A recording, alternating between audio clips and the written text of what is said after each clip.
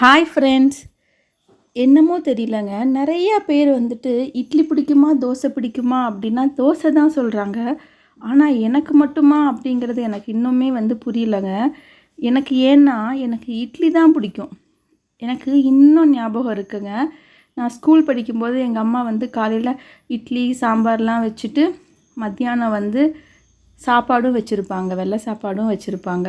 ஆனால் நான் கேட்டு வாங்கிட்டு போவேன், அம்மா எனக்கு மத்தியானம் லஞ்சுக்கும் இட்லியே வைங்கம்மா அப்படின்னு சொல்லிட்டு. எனக்கு அந்தளவுக்கு இட்லி பிடிக்குங்க. 3 நேரம் இட்லி கொடுத்தாலும் நான் சாப்பிடுவேன். நல்லா சுட சுட அப்படியே பஞ்சு மாதிரி இட்லியை போட்டு ஒரு துளி கேப் இருக்கக்கூடாதுங்க.